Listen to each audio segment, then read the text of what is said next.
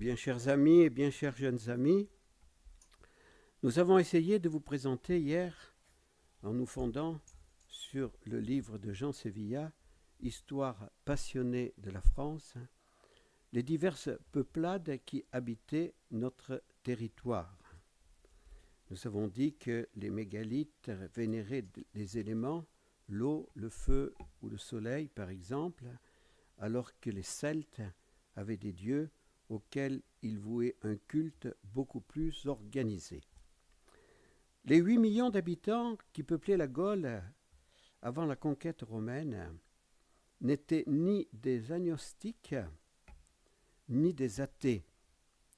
Certains étaient des animistes, d'autres adoraient des dieux. Le Concile Vatican II, dans Nostra Aetate, disait « Depuis les temps les plus reculés jusqu'à aujourd'hui, on trouve dans les différents peuples une certaine sensibilité à cette force cachée qui est présente au cours des choses et aux événements de la vie humaine, parfois même une reconnaissance de la divinité suprême ou encore du Père. Cette sensibilité et cette connaissance pénètrent leur vie d'un profond sens religieux. De même aussi, les autres religions qu'on trouve de par le monde s'efforcent d'aller de façon diverse au-devant de l'inquiétude du cœur humain en proposant des voies, c'est-à-dire des doctrines, des règles de vie et des rites sacrés.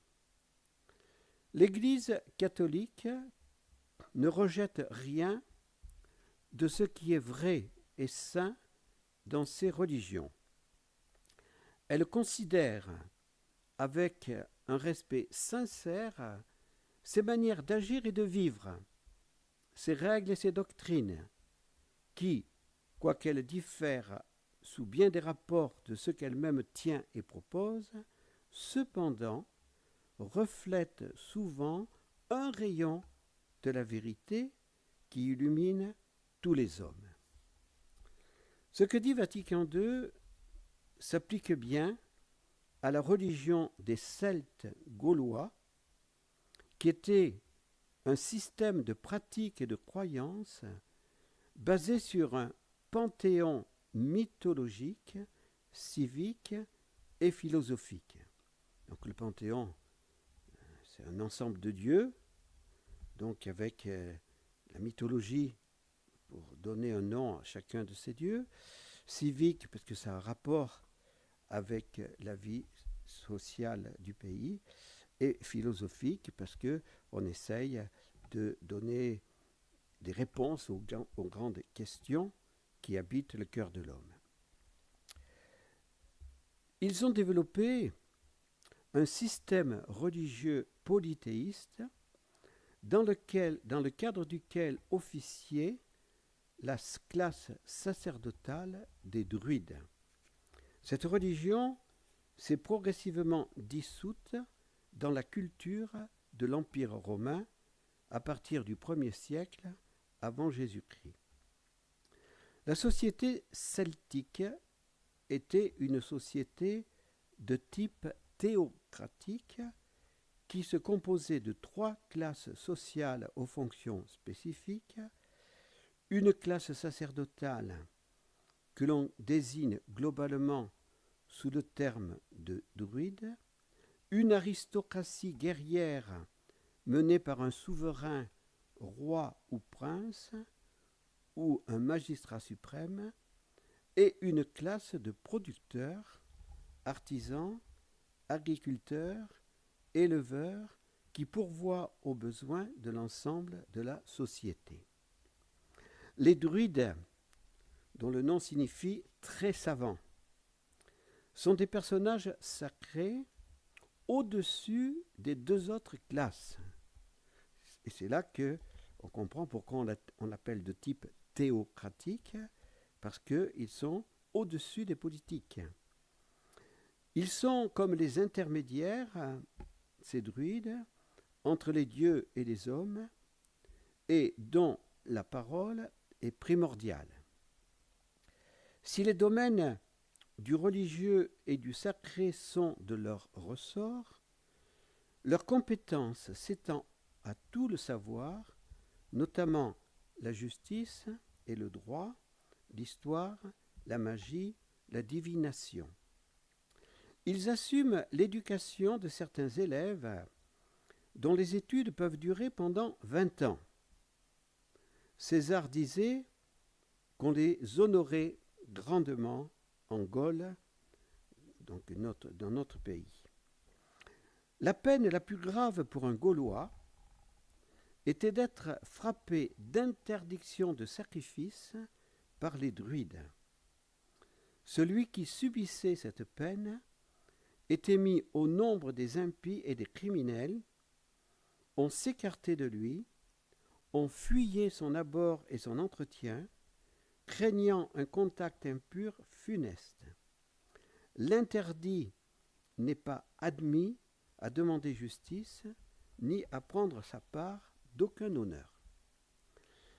La classe sacerdotale se composait de 3 spécialisations. Le druide théologien, le barde spécialisé dans la poésie orale et chantée. Astérix et Obélix nous ont appris ce qu'était un barde. Et le vat, alors je ne sais pas si on prononce vaté ou vat, un devin. Ce devin s'occupe plus particulièrement du culte, de la divination et de la médecine. Les femmes participent à cette fonction de prophétie. Tenant leur assemblée plénière au pays dit des Carnutes, sans doute, dit celui qui a écrit cet article dans Wikipédia, à Chartres, ils essaient d'arbitrer les litiges entre États et d'éviter les guerres. Ils essaient de trouver le compromis acceptable en cas de lutte déclarée. Comme pour toute religion, la notion de sacrifice est très présente dans la spiritualité des Celtes gaulois. Des historiens ont distingué 3 types de sacrifices. Celui qui est fait sans effusion de sang, celui qui est avec effusion de sang, et puis celui qui est sans mise à mort. Le sacrifice païen était en vue de rendre Dieu propice, ou les dieux propices. Les fêtes religieuses dans ce contexte religieux. L'année celtique se décompose en 2 saisons, l'une claire et l'autre sombre. Elle comporte 4 fêtes religieuses décrites par la littérature irlandaise médiévale, puisque les Celtes aussi sont allés en Irlande et c'est là qu'on a le plus de documents sur cette religion. Samhain, le 1er novembre de notre calendrier, qui correspond au début de l'année et de la saison sombre. C'est une fête de passage marquée par des rites druidiques, des assemblées, des beuveries et des banquets rituels. Elle a la particularité d'être ouverte sur l'autre monde et donc de favoriser le rapport des hommes avec les dieux. On la retrouve en Gaule sous le nom de Samonios. Le mot désigne le mois qui correspond approximativement au mois de novembre. Imbolc, 2e fête, a lieu le 1er février. Fête de purification et de lustration. Beltaine, le 1er mai, marque une rupture dans l'année. C'est le passage de la saison sombre à la saison claire, lumineuse, avec la reprise de la chasse, de la guerre, des razzias, des conquêtes pour les guerriers, le début des travaux agraires et champêtres pour les agriculteurs et les éleveurs. Il s'agit également d'une fête célébrant la fertilité dédiée à la déesse mère. Et puis Lugnasad, l'assemblée de Lugh, le 1er août, période des récoltes, fête royale et plus précisément de la souveraineté dans sa fonction redistributrice des richesses. C'est une trêve militaire qui célèbre la paix, l'amitié, l'abondance et la prospérité du royaume. Les lieux de culte. Les Celtes utilisaient toutes sortes de lieux naturels. Montagnes, grottes, sources, lacs. Et ces lieux naturels étaient comme leurs lieux de culte, car ils les considéraient comme des endroits habités par les dieux. Les Celtes croyaient en l'immortalité de l'âme, Jules César en témoigne. Terminons par la légende de l'élection divine et mariale de Notre-Dame de Chartres.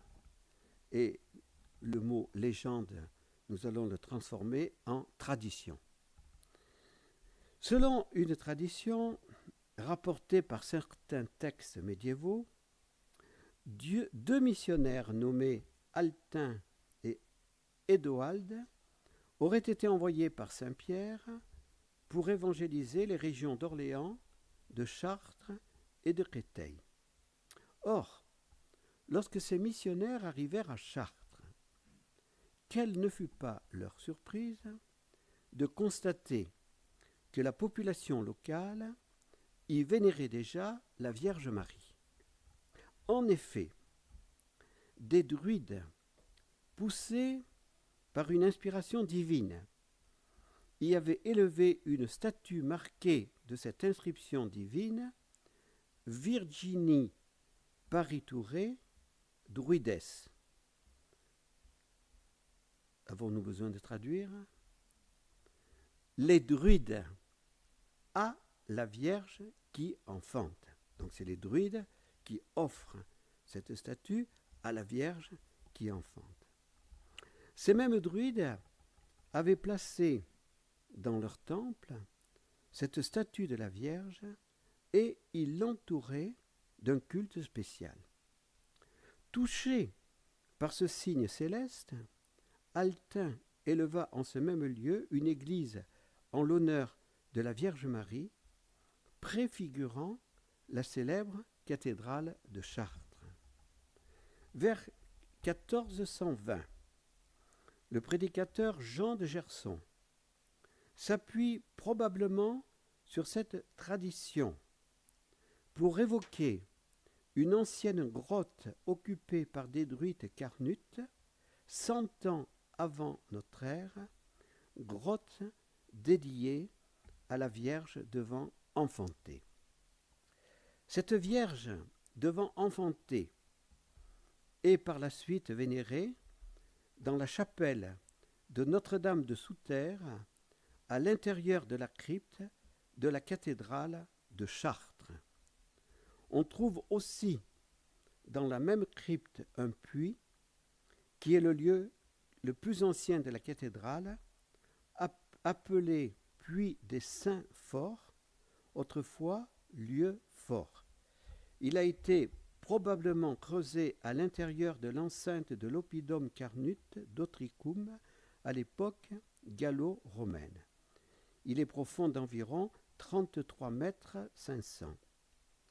La crypte abritant la statue de la Vierge et le puits sont au Moyen Âge le lieu de rassemblement des pèlerins.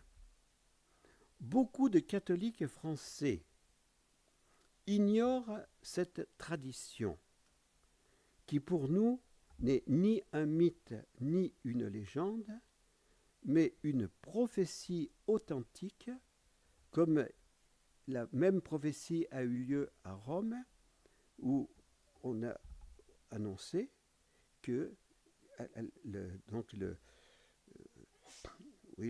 Fils de Dieu allait naître d'une vierge. Donc c'est une prophétie authentique qui préparait les Gaulois à devenir, avec l'évangélisation de leur nation, la fille aînée de l'Église, la France. Admirons cette préparation divine et rendons grâce à Dieu.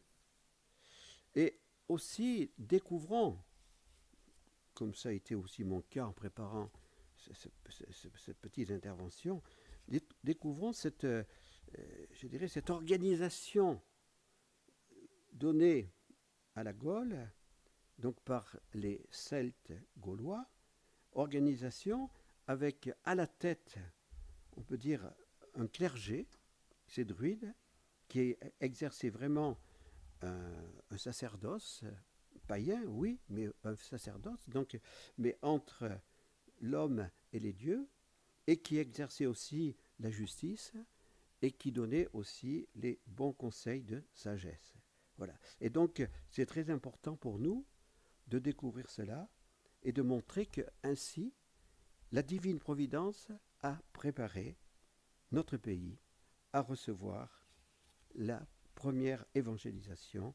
Et demain, nous aurons droit à entendre une autre tradition que beaucoup de Français ne connaissent pas, et c'est cette tradition de l'évangélisation de la Provence.